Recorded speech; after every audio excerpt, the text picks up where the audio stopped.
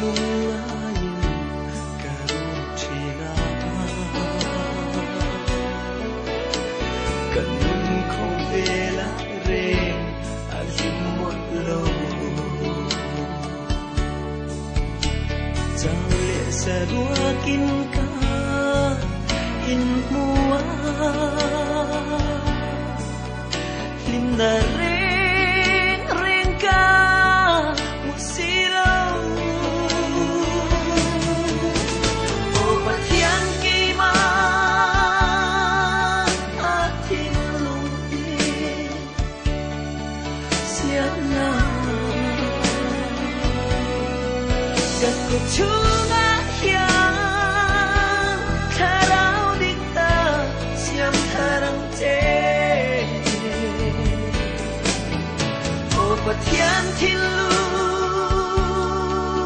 lung chia lệ in chim hi xin lâu la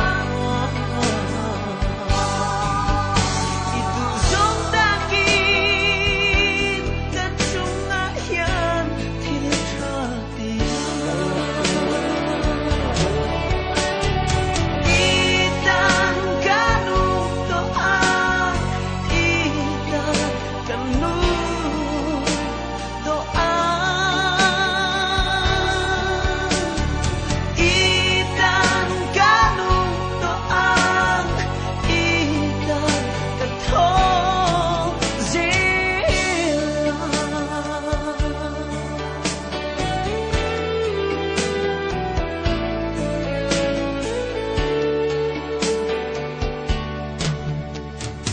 Vela linare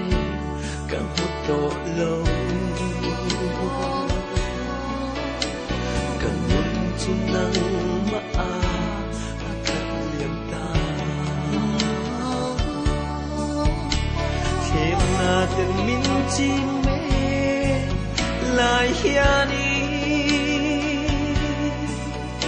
cây mạ mai chua din ka kan thiam lo o pathian ki ma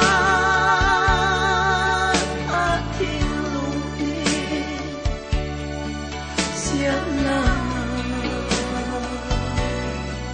kat ko chunga hiang tharau dikta siam tharang che o pathian thiên lu